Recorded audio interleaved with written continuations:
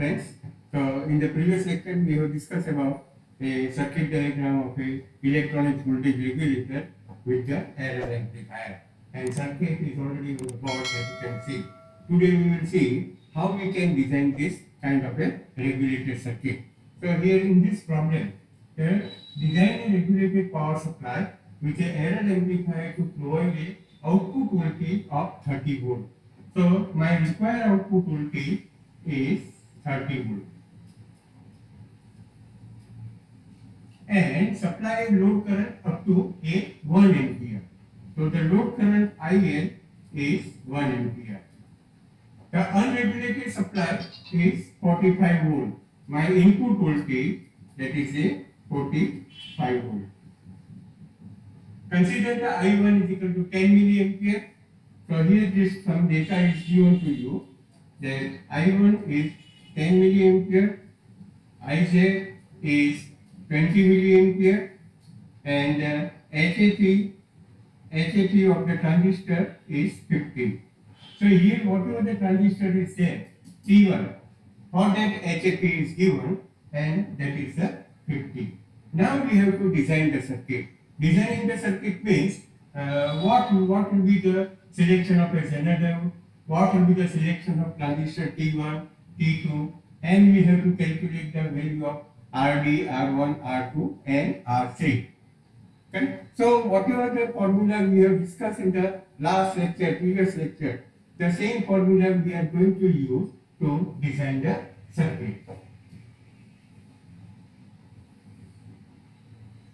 So first of all, if we see the selection of a diode,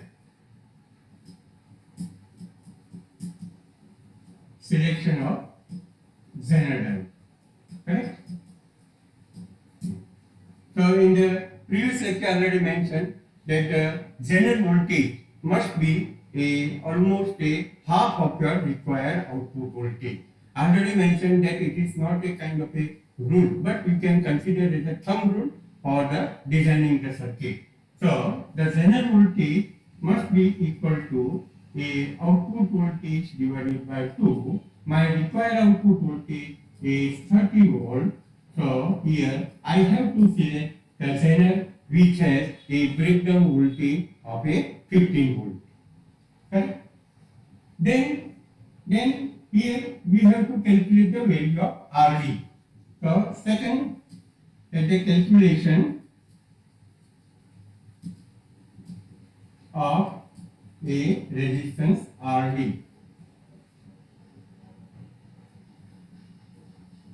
So for the RD, what is the formula? That RD means the resistance means a voltage divided by the current. I already mentioned that the RD. So what is the potential drop across the RD? Here the potential is VO and here the potential is VZ. So we can take a VO minus VZ divided by the current.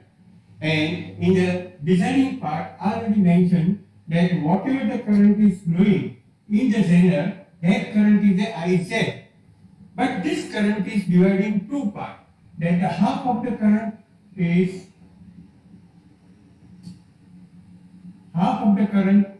provided by the RD here in this way, and the half of the current is provided by the transistor.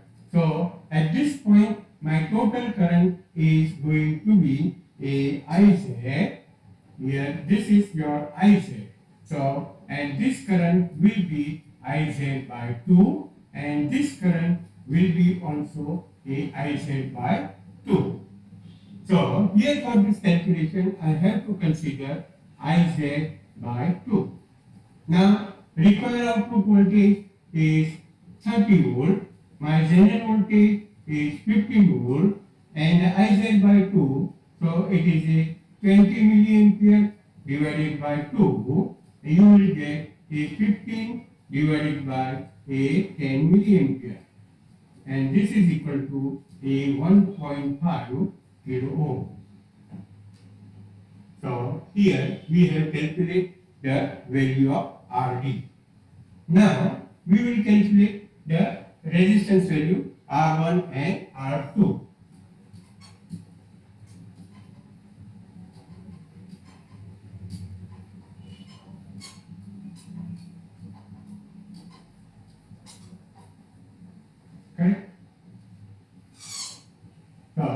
here if you see that for the calculation of R1 and R2, we have to assume some current, and that current is I1.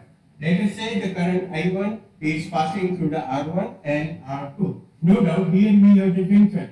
So whatever the base current will be there, this base current will be very small compared to the I1. So you can neglect that one, and here we consider only a I1. Now first of all, if you see what is the value of the R2. So R2 can be calculated, that R2 will be equal to, now what is the voltage across the R2? That is my feedback voltage.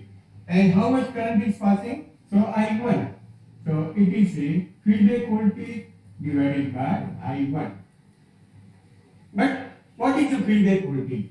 Feedback voltage, you can see it is a summation of a Zener voltage plus base to emitter voltage. So Vz and the VBE2 is parallel to this Vf.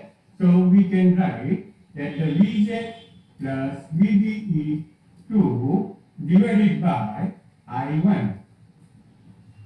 And here we consider that whatever the transistor is used for the error amplifier, it is made up from a silicon. And for the silicon, the value of the VBE2 is going to be a 0.7.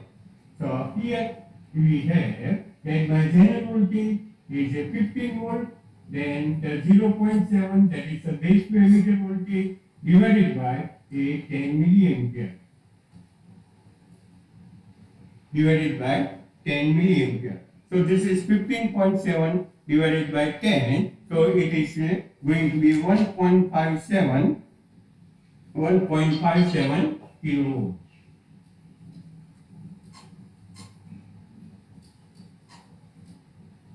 Okay. So here the value of R2 is there. Now what will be the R1?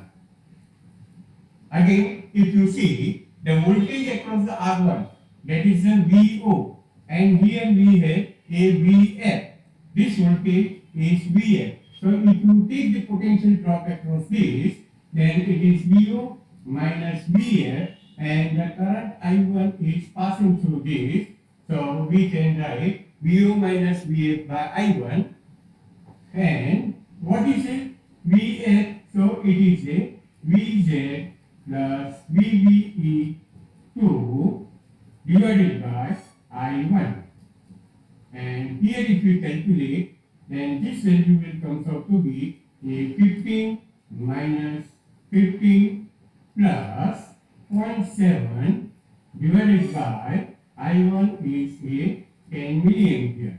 And here if you see 15 minus, required output voltage is by 30 volt. Here.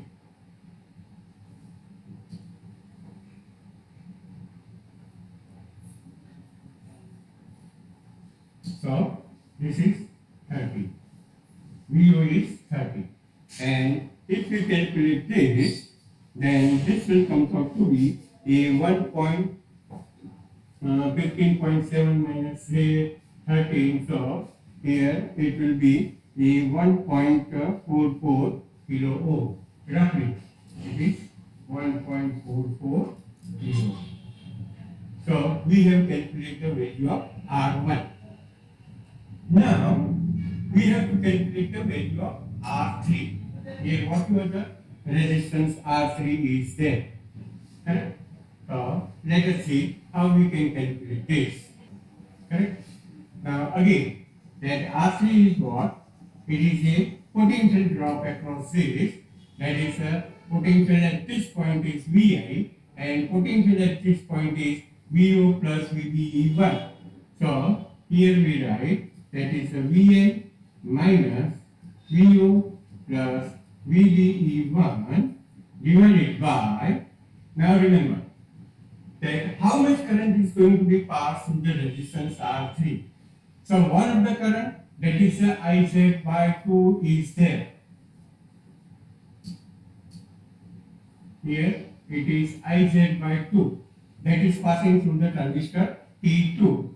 But another current is also there, which is passing through a transistor, and that current is nothing but it is your base current IB1.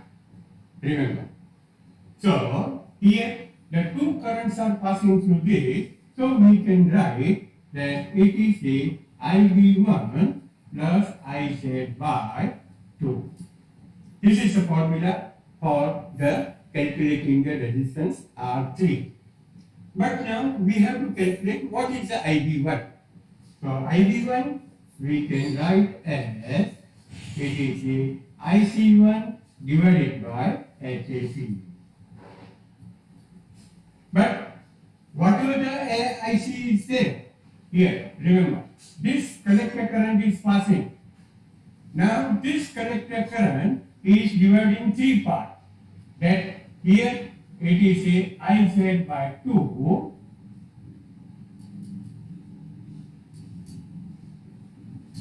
Here, that whatever the current is passing in the channel, it is IZ by 2. Then the current I1 is passing through the resistance R1 and R2, and here the load current IL is passing. So the collector current consists of a IZ by 2 plus I1 plus my load current IL divided by HAP. And here if you calculate, then IZ by 2 means it is a 10 milliampere. Plus I1 is also a 10 milliampere. Plus IL, that is a 1 ampere. And divided by HAP is a 50. Remember, my required load current, remember it is given to you, it is a 1 ampere. So, here, the total collector current is going to be 1.02 ampere. And it is divided by 50, and that will give you the value of the resistance R3, and this will comes out to be, this collector current comes out to be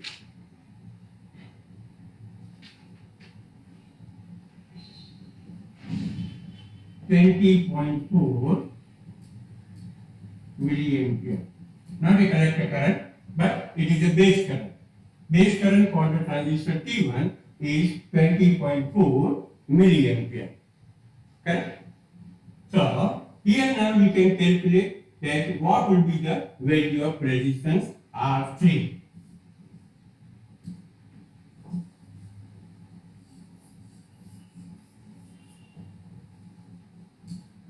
So, the R3 will be equal to, now it is VI. My input voltage is 45 minus VO, that required output voltage is 30, and the VB1 we consider a 0.7 volt divided by the IB1 is 20.4 milliampere, and IZ by 2, that is a 10 milliampere.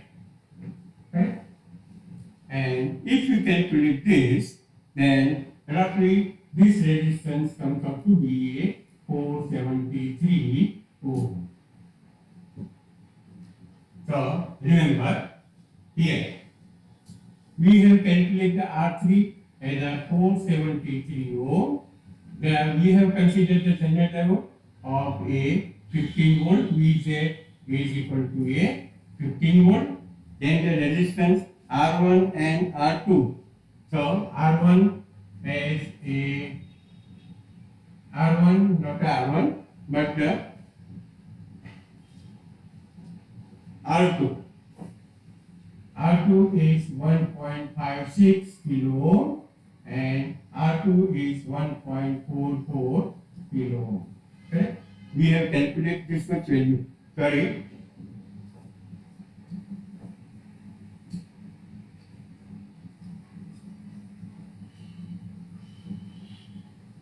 That value of R1 is a 1.44 kilo and the value of R2 is 1.56 kilo. So, and the resistance RD, general, that we have calculated as 1.5 kilo. This is 1.5. So, almost we have calculated the value of all the passive components. Now, what will be the selection of a transistor T1 and T2? So, if we look at this, the selection of T1, and whenever you have to select the transistor, then you have to see the two parameters. That first of all, how much collector current is passing, or what is the maximum collector current. And the second one is what is the collector emitter voltage. So if you look at the transistor T2 here, first of all we will discuss about the T2. So that is the error amplifier. Here if you see the current passing through the transistor T2, and that is only a IZ by 2. So this is IZ by 2 and it is a 10 milliampere. And collector emitter voltage, if you see, then emitter voltage is a 15 volt. Here the 15 volt is there, and here the roughly you can say that the collector voltage is 30 volt, because this is a something around about a 30. So here it will be a 30. A plus 0.7 will be there. You can consider as this. So this is 30.7 minus 15 volt. So this is going to be a 15.7 volt. Now here if I will select a transistor like a BC108 or a BC148, then its collector current, maximum collector current is a 30 milliampere. Remember. But my required current is 10 milliampere. So I can select the transistor 108. Then if you see the VCE voltage for the transistor, maximum VCE voltage, and it is a 30 volt. Our required is a 15.7. So whatever the transistor you are selecting, that collector current must be less than 10 milliampere, and the VCE voltage must be a greater than a VCE current. So whatever the transistor you are selecting, its collector current must be greater than 10 milliampere, and the VCE maximum voltage must be a 15.7. So any one of the transistors you can select as an error amplifier. Okay? Now if you look at the calculation for a T1.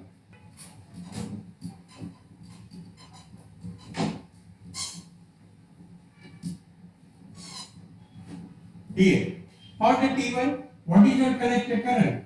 Collector current is a IZ by 2 plus I1 and plus my load current is there.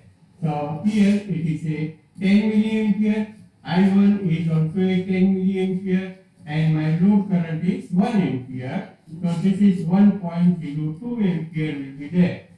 So I have to select a transistor which has a collector current capacity that IC maximum must be greater than 1.02 ampere. And here we can use the transistor that is BD. We can select a transistor that is a BD149 which has a collector current IC maximum of roughly 3 ampere. 3.5 ampere is there. So its current capacity is 3.5 ampere, and our requirement is only up to a 1 ampere. So this transistor can be used. Then the second one, that the VCE maximum. That voltage must be greater than the difference of this VO minus VI, because the collector emitter potential is the VO minus VI, and this is a 45 volt minus a 30 volt. So here we have a 15 volt. So if we select again BD149, then the VCE maximum of this is 30 volt. So here it is safe. So you can select the transistor T2. Then sometimes also we have to see what is the power dissipation. So PD maximum. PD maximum means what? It is a 1.02 ampere and into a 15 volt. That is the I into V. So voltage across the transistor is a 15 volt and the current passing through the transistor is a 1 ampere. So the power dissipation in the transistor will be a roughly, you can say it is a 60. Maximum power dissipation is going to be a 16 watt. And here whatever the transistor we have selecting, that the BD149, it has a power dissipation capacity of a 30 watt. Remember. So the transistor power dissipation capacity must be greater than a 16 watt, and that transistor you can use for a series pass element. So normally the series pass element must be a power transistor. Here the BD149 is a power transistor. Remember.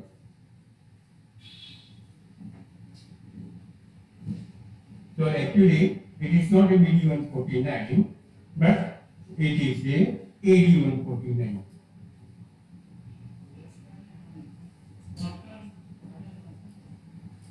And this is your power transistor.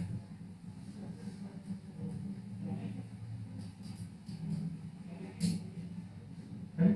So in this way, here if you connect a AD149, here you can select a BC108 or 148, and whatever the resistance value we have calculated, and if you design the circuit, then it will work as a regulator which provide a output voltage of 30 volt at a 1 ampere current capacity.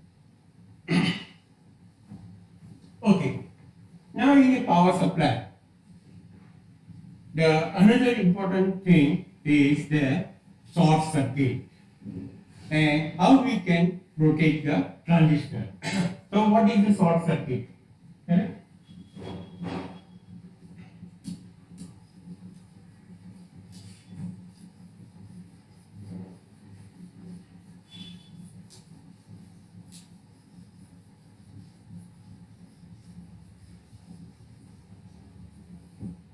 Remember that sometimes when we are using a power supply, then this is the output terminal of the power supply, positive, and this is the negative. So there is a possibility where the positive terminal is going to be connected with this negative terminal.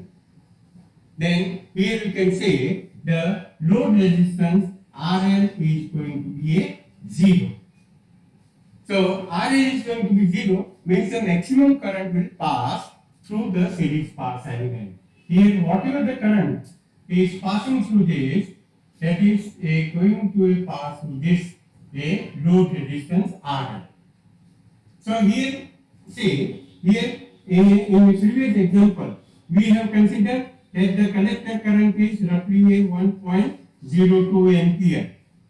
Correct? But when the short circuit will occur, then the maximum current is going to be passed. Let us say this correct load current is going to be a 5 ampere.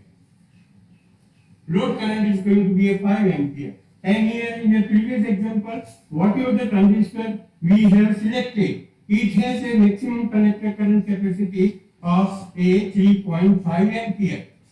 Correct? So here the transistor is a AD149. Now the 3.5 ampere current will pass through the series pass element, and the capacity of the transistor is only up to a 3.5 ampere, but due to the short circuit, the 5 ampere current is passing, so immediately your transistor is going to be damaged. So to protect the transistor, here we require some extra circuit that is known as a short circuit protection. Again, try to understand that what is a short circuit. When the output terminal of the power supply, positive and negative, is connected together, means my load is going to be a zero, and in that case, very large amount of the load current is going to be passed. And if this load current is greater than your IC maximum of your a series pass element, then it will damage the transistor. Then you have to replace it. So to protect this, in some of the power supply, we use the facility of the fuse. Remember. So in normal case, if we have a power supply,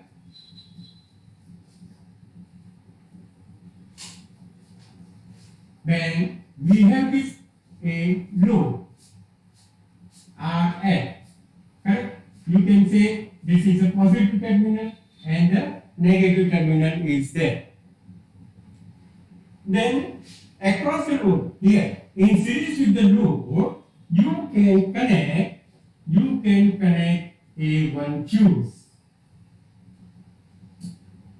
So here the fuse will be there. And if this large amount of the current will pass through this, large amount of the current or the very high value of the load current will pass, then the fuse is going to be burned out.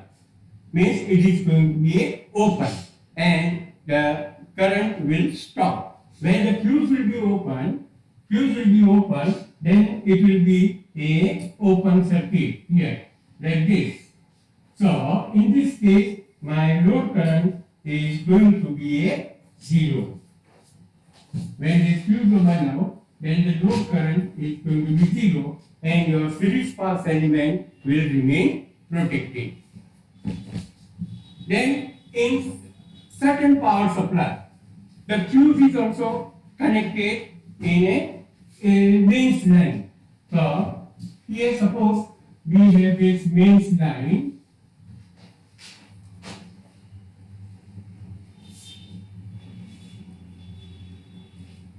Through it we applied a 230 volt. Where we applied a 230 volt and some of this current is going to be passed through this and it will pass through the transformer, then it will be passed through a rectifier circuit, correct? And then it is given to a regulated power supply. So when your load current will suddenly increase, then also your AC current in the primary of the transformer will also increase. So here in the power supply, we are also connecting the fuse in the input mains line. So whenever the current will increase, then immediately this fuse is going to be burned out and it will protect your power supply. But again, sometimes what will happen, that when we insert a new fuse, but again if there will be some problem, then the fuse is also again going to be a burned out. In certain case, that whatever the fuse we are connecting in a input of the power supply and the fuse which is connected in the output of the power supply, if it is not of a proper rating, remember, if it is not of a proper rating, then it can damage your series pass element. So here we require a kind of an arrangement where whenever the short circuit is going to be occur, then automatically my series pass element has to remain protected. So sometimes it is also known as a electronic fuse. So what kind of the protection circuit we can use? Let us see.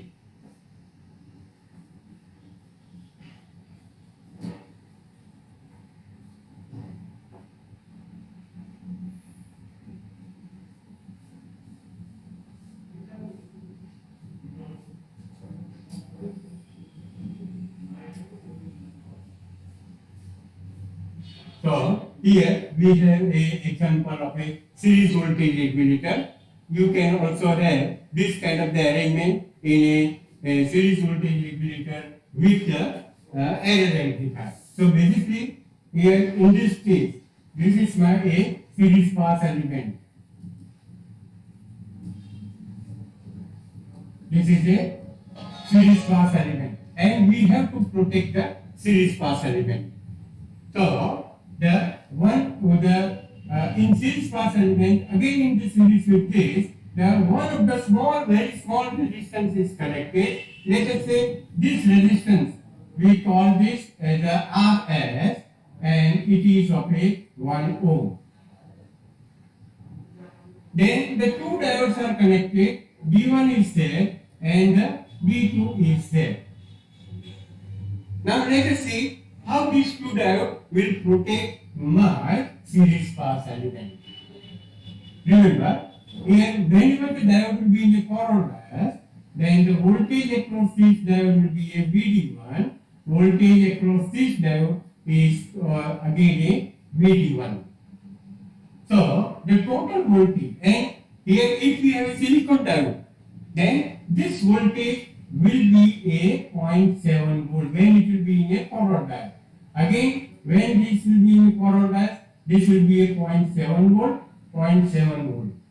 So in other words, you can say that if this voltage between this point and this point here, if it is a more than 1.4 volt, between these 2 points, if it is a more than 1.4 volt, then the diode will be in a forward bias. Okay. Then here whatever the series pass element is there, let us say this series pass element is also made up of a silicon. So the base to emitter voltage, base to emitter, this will be a positive and this will be a negative, and base to emitter voltage is also a 0.7 volt. Okay? So again try to understand that this base to emitter voltage is 0.7 volt, and here across the diode it will be 0.7 if it will be in a forward bias. Okay. So now voltage across this diode here, this voltage means you can say that the VD voltage is nothing but it is a summation of base to emitter voltage plus whatever the voltage is dropped across the resistance, that is I into RS. Correct? Now let us say I will take an example that if the current passing through this I is equal to a 100 milliampere, then let us see what is the voltage across these two diodes. So this is a VBE is 0.7 and my current is 100 milliampere, so it is a 0.1 ampere, and RS is, we consider the RS as a 1 ohm. So what is the voltage across this? It is a 0.8 volt.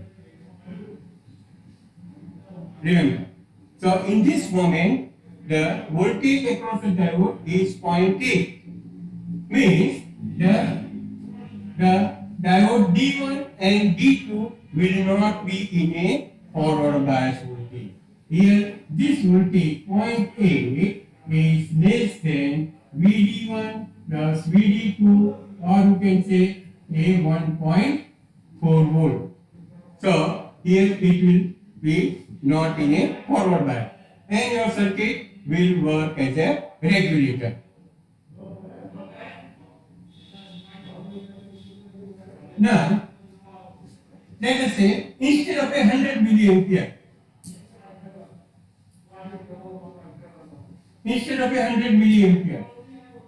let us say 500 milliampere current is passing, and again if I will calculate the VD, then the VD will be equal to a 0.7 plus the 500 milliampere into a 1 ohm. So this is 0.7 plus 0.5, and the voltage comes out to be a 1.2 volt. And this voltage is less than 1.4 volt. So in this case also, the diode D1 and D2 will not be in a forward bias and your circuit will work as a regulator. But now if I will take a third case, suppose my current here, this current instead of 500 milliampere, let us say it is a 1 ampere. Then what will happen? This output voltage will be equal to 0.7 plus 1 ampere into a 1 ohm, and this is comes out to be a 1.7 volt. And 1.7 volt is greater than 1.4 volt here. So what will happen? The diode will be in a forward bias. Remember, whenever the current is increased, then the voltage across the D1 and D2, instead of a 1.4, now it is going to be a 1.7, so it will be in a forward bias. Now due to this forward bias, what will happen? See, here, that this resistance is providing a current, correct? And this current is provided to the transistor T1 as a base current IB, and the sum of the current is passing through this, that is the Zener current. So now when this diode will be in a forward bias, then both the diode will work as a short circuit. So as a result, whatever the base current is passing in a transistor, instead of that, the base current will pass through the diode D1 and D2, and therefore your base current is almost going to be a 0. Base current is going to be 0. Here, if this base current is going to be 0, it means your collector current is also going to be 0. Means the transistor will go into the cutoff region, and now no more current is provided to the load. Load current immediately comes out to be a 0 because the collector current is 0. And in this way, your transistor will remain protected. Again, try to understand that if the current is suddenly increased, and if it is a very large compared to whatever you have designing the circuit, then the voltage across this RS will be more than 0.7. So if we see the voltage across these two diodes, it will be more than 1.4 volt. And here the diode D1 and D2 will be in a forward bias. So whatever the base current is there, instead of passing through the transistor, it will pass through the diode D1 and D2, and the base current of the transistor is going to be 0. So the collector current will be also 0. Transistor will go into a cutoff region. Now no more current will pass through this, and your series pass element will remain protected. So this is known as a short circuit protection. Now how to calculate the value of RS? Because the sum of the power supply has a current capacity of a 1 ampere, 2 ampere or 5 ampere, then accordingly we have to calculate the value of RS. So simply if we apply a Kirchhoff's law, then you can calculate the value of RS.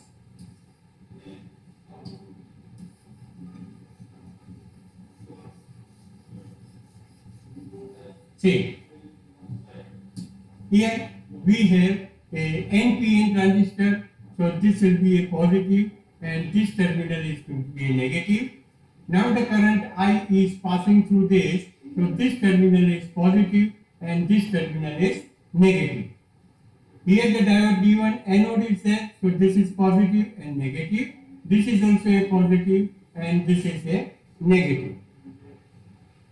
Now if I will apply a Kirchhoff's law to this closed loop, then what will be the expression? Expression will be between these two, we have base to emitter voltage So we are moving from positive to negative. So it will be a minus VBE. Then we are passing through the resistance RS. So the drop across this will be I into RS. And then you are moving in a opposite direction of this. Here the voltage across this is a VD1. You can say this is the voltage across this is VD2. So this is going to be a plus VD2 plus a VD1, and this is equal to 0. Here remember, we are moving from negative to positive. So the potential drop will be a positive. This potential drop will be also a positive. And therefore, we can write that the I into RS is VD1 plus VD2 minus VDE.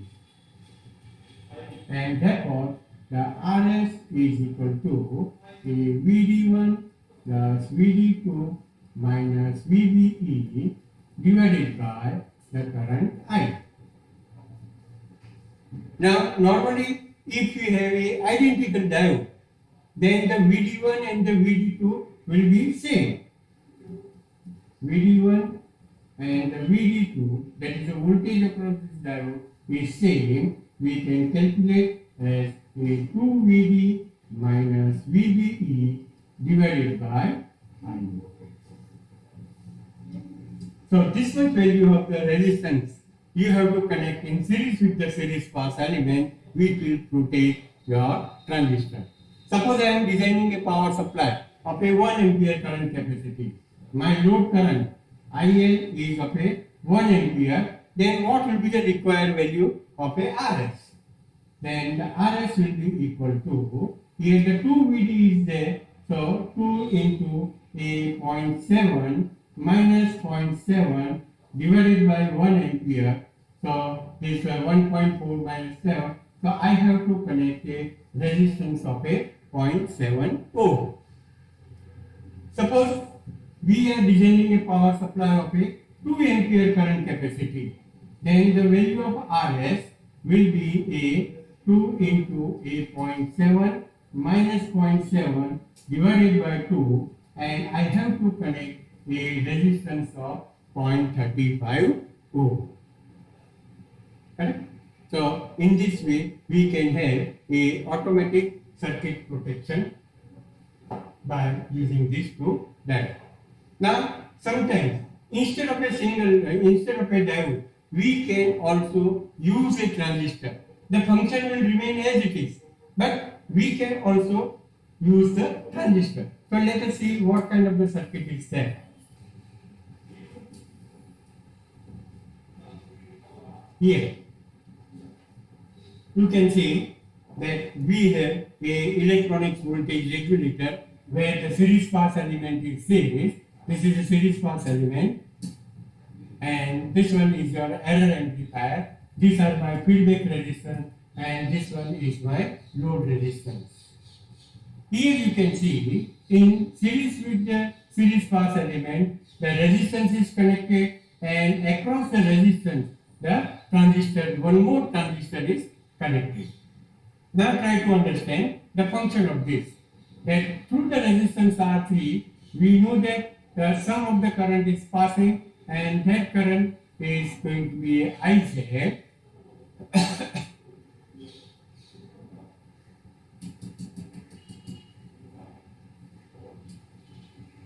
Let us say this current is there. Now this current is going to be IB,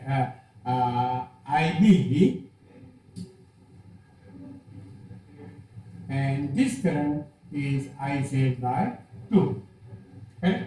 And my load current, the load current is passing in this way, IL. Okay? And that is going to be produce the voltage across this. Now here we have this voltage across this, that is the VBE, and we know that the VBE voltage should be a 0.7, then only your transistor will be in conduction. Otherwise, if it is less than 0.7, then the transistor will be in a cutoff region. So here whenever your current is passing, let us say here 1 ohm resistance is there and my load current is a 500 milliampere. So what is the VBE voltage? In this case, here if this IL is a 500 milliampere, then the VBE voltage, that is nothing but I into RS. So I into RS is a 500 into 10 raised to minus 3, value of RS is 1 ohm and this will be 8.5 volt. So this voltage is less than 0.7. So transistor is in cutoff. Correct? And my circuit will work as a regulator. Remember, circuit will work as a regulator. But now instead of a 500 milliampere, let us say this current is a 1 ampere. 1 ampere. So in this case, if we calculate IL is 1 ampere, then my VBE voltage will be a I into RS, that is 1 ampere into 1 ohm and 1 volt. Okay? So this voltage is greater than 0.7 volt. The transistor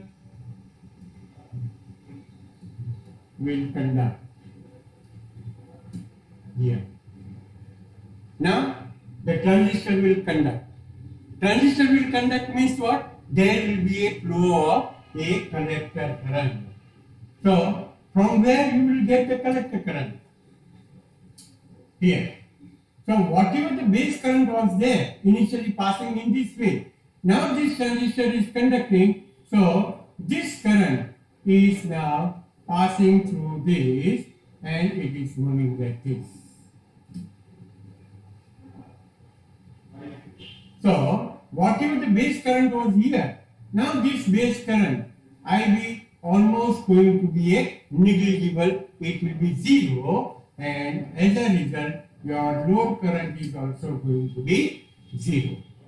So again try to understand, when this current is increasing and the voltage drop across the value of RS, if it is more than 0.7, then the transistor will be, this transistor will be in a conduction, and the base current of the T1, instead of passing through the transistor T1, now it will pass through this, and the base current of this transistor T1, your series pass element, is going to be 0. So the collector current is 0, means now the power supply is not providing any current to the load. Correct? And here, as a result, the series pass element is going to be a protective. So this is another method where you are using a short circuit protector. Here in this case, you don't require any kind of a tube. Automatically, your series pass element is going to be remain protected. And the value of RS you can calculate according to your what is the required load current. Correct? Okay. Now we will see the last topic of your syllabus of your power supply, and that is a current regulator. So here we have discussed the regulator circuit in which your output voltage is remaining constant. So in that case, if we draw the graph,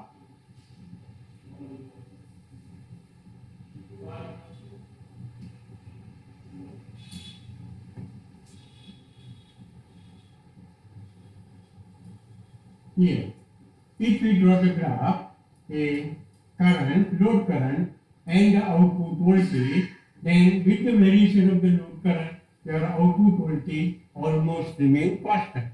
This is known as a voltage regulator circuit. What is a current regulator? That in a current regulator, if the output voltage is changing output voltage across the load is going to be changing, but my current, load current is almost remain constant. This is your current regulator.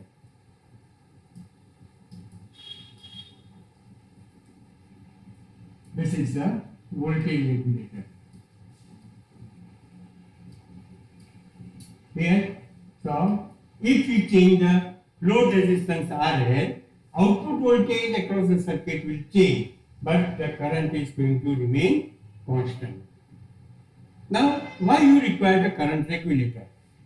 The current regulators are used for generating a magnetic field. Now, already you know that if we have a coil and when we pass a DC current, then the magnetic field is going to be generated. So, if you want a stable magnetic field, a steady magnetic field, then your current should also remain constant. So, in that case, that kind of the application, the current regulator circuits are widely used and you can generate a stable magnetic field. Now let us see how this circuit is going to be worked.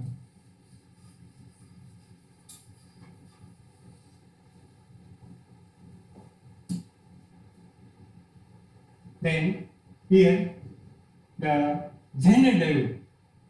This circuit is just like a series voltage regulator, but there is a slight modification is there.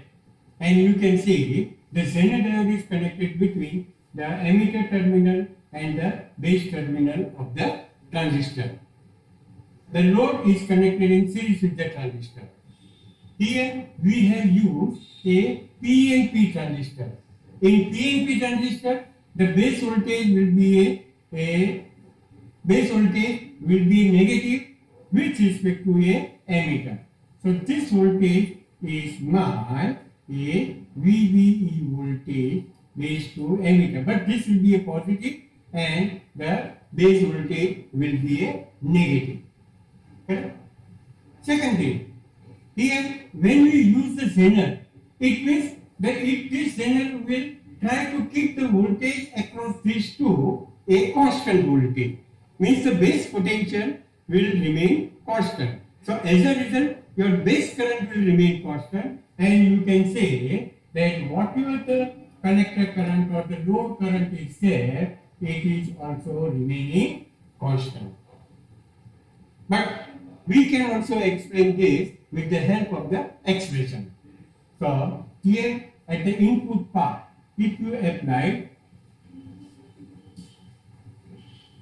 at the input part, if we apply a Kirchhoff's law, remember here, then what will be the expression that we can write? This is from positive to negative, so it is a minus I into RE minus I into RE. And what is I? I is nothing but it is your emitter current, and the emitter current is equal to what? You can say it is a load current. Then we are moving from positive to negative of the base to emitter voltage, so minus VBE, and then we are moving in this direction, so from negative to positive terminal of the Zener diode, so it will be a plus Vz, and this is equal to 0. So I can write the VBE voltage as a Vz minus I into Re minus I into Re, or you can say it is Vz minus IE into Re, because this I is nothing but it is your emitter current. Okay, now let us say that my load current is increasing here. We assume, because it is a current regulator, so we have to assume that the current increase, decrease, and then how it is going to remain constant. So suppose your load current IL is increasing. IL is increasing in the sense your collector current is also increasing. And if this collector current increase, then naturally your ammeter current, you can say that ammeter current is also increased. So IL increase and that will increase my ammeter current. Now if you look at this expression, in this expression, if the ammeter current will increase, what will happen to the base to ammeter voltage? It is going to decrease because I into RE term is the negative. So the base to ammeter voltage is going to decrease. Okay? So here I will increase, we can say the base to ammeter voltage is decreasing. And naturally, base to ammeter voltage decrease, then my base current will also decrease. And if the base current will decrease, then your collector current, or you can say the load current, is also decreasing. You can say that IC or IL is going to decrease.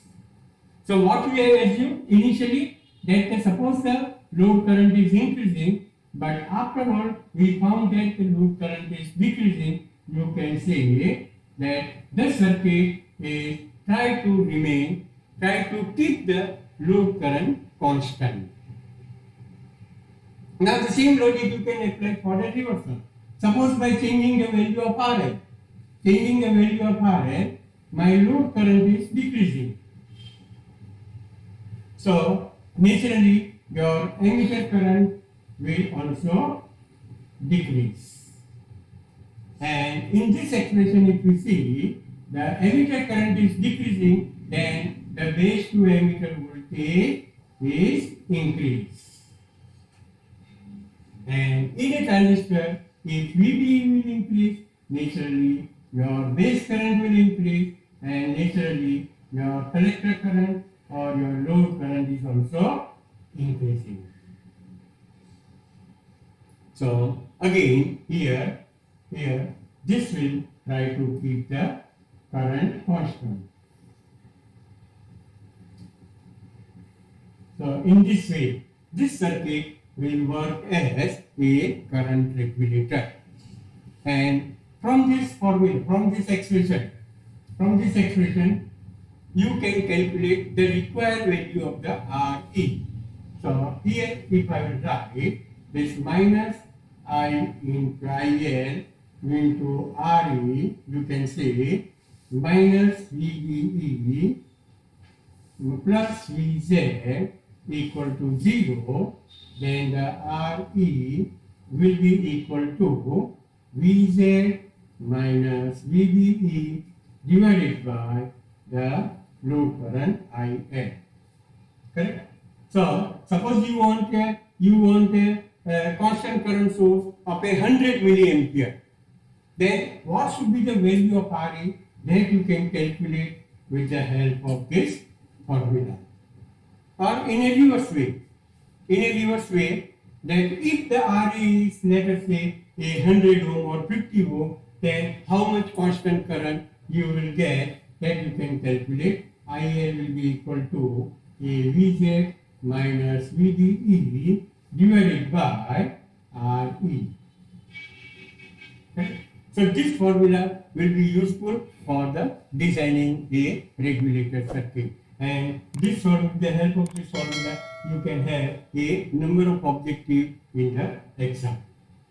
Okay? So with this topic, the syllabus for a power supply is going to be over.